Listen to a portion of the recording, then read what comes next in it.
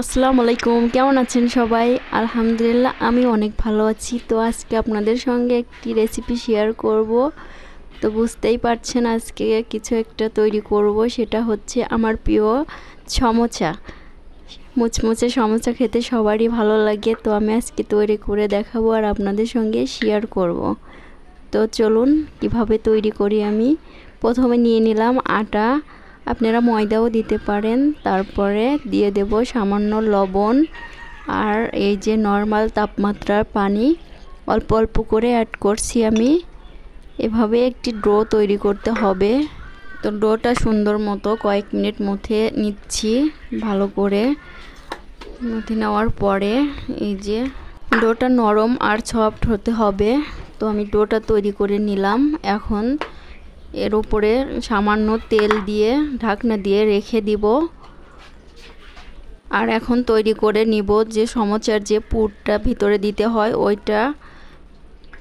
তো আমি আটাটা এভাবে ঢেকে রেখে দিব পাশে, তারপরে তৈরি করব সমোসার পুর।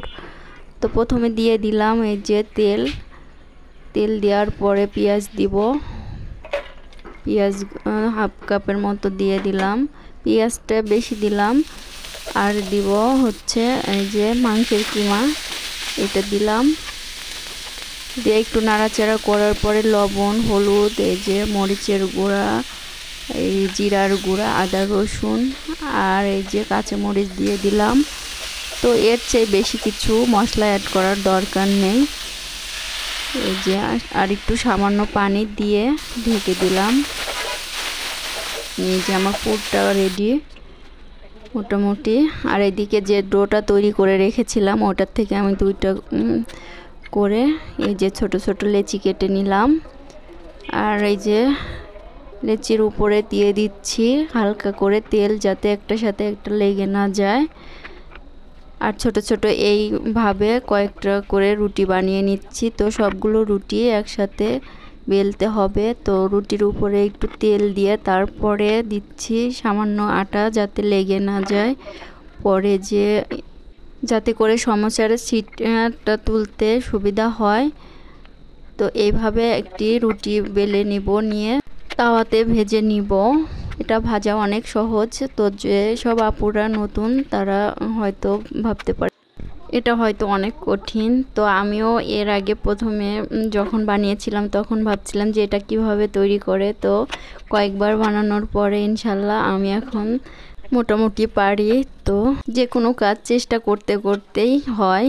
আর প্রথমবার ভালো না হলে তৃতীয়বার তো অবশ্যই ভালো হয়।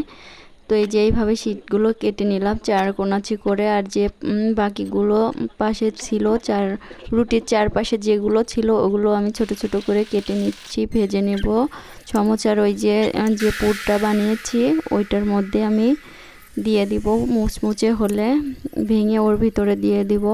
তো আমি সবগুলো সমোসা এক এক করে বানিয়ে নিয়েছি। এখন তেল গরম করতে দিয়ে এই যে এক এক করে চুলার উপরে দিয়ে দিলাম এই যে কড়াইতে। তো সুন্দর কালার আসা পর্যন্ত ওয়েট করতে হবে। এই যে আমার সমোসাগুলো ভাজা শেষ। কি সুন্দর মুচমুচে হয়েছে, দেখেই তো খেতে ইচ্ছে করছে। তো এই যে সবগুলো সমোসা একসঙ্গে ভাজবো। দুইবার করে দিলাম যেহেতু অনেকগুলোই হয়েছে। তো এদিকে আমার ছেলে এসে বলছে আম্মু আমি ভাজবো। তো ওই যে ও ভাজি করছে। রান্নার সময় আমার পাশে এসে বলে যে আম্মু আমি রান্না করব। ছোট মানুষ আসলে সব সময় ফোন আর কম্পিউটার না দেখে মাঝে মাঝে মায়ের কাজে একটু হেল্প করলে তাও তো অনেক ভালো হয়। এই যে ওদিকটা ও এগুলো ভাজি করছে সমোসাগুলো, আর আমি এই পাশে যে হাঁড়ি পাতিলগুলো জমা হয়েছে ওগুলো পরিষ্কার করে নিচ্ছি এক এক করে। তো সমোসাগুলো ভাজা হয়ে গেলে সবাই মিলে একসঙ্গে খাবো। তো ভেঙে দেখাচ্ছে যে কেমন মুচমুচে হয়েছে। তো মাশাআল্লাহ অনেক মুচমুচে হয়েছে, অনেক সুন্দর হয়েছে, ক্রিসপি হয়েছে। তো দেখুন সবগুলো সমোসা ভাজা শেষ আমার। আপনাদের কি খেতে ইচ্ছে করছে? তো বাসায় বানিয়ে খাবেন, এভাবে তৈরি করে নিজেই খেতে পারেন। বাজারে যে সমোসার যে দাম বাসায় এভাবে তৈরি করে খেলেই হয়। আর আজকের ভিডিওটা আপনাদের কেমন লেগেছে অবশ্যই কমেন্ট করে জানাবেন। আর ভালো থাকবেন। আল্লাহ হাফেজ।